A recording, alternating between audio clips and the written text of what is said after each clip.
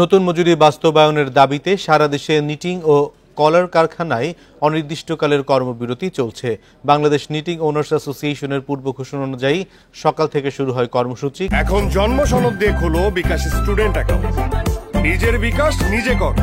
কাল ৮টা থেকে ফতুল্লার বিসিক শিল্পনগরী সহ জেলার বিভিন্ন এলাকায় অবস্থিত ৪.৫ শতাধিক নিটিং ও কলার কারখানায় উৎপাদন বন্ধ রাখেন প্রতিষ্ঠানগুলোর মালিক এবং অর্ধলক্ষাধিক শ্রমিক কর্মচারীরা।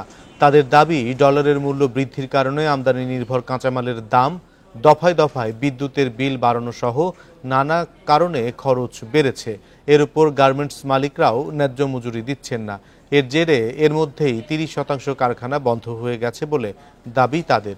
তৈরি পোশাক কারখানা মালিকরা নিটিং পণ্য ক্রয়ে নতুন মজুরি বাস্তবায়ন না করলে কর্মবিরতি চলবে বলে জানান।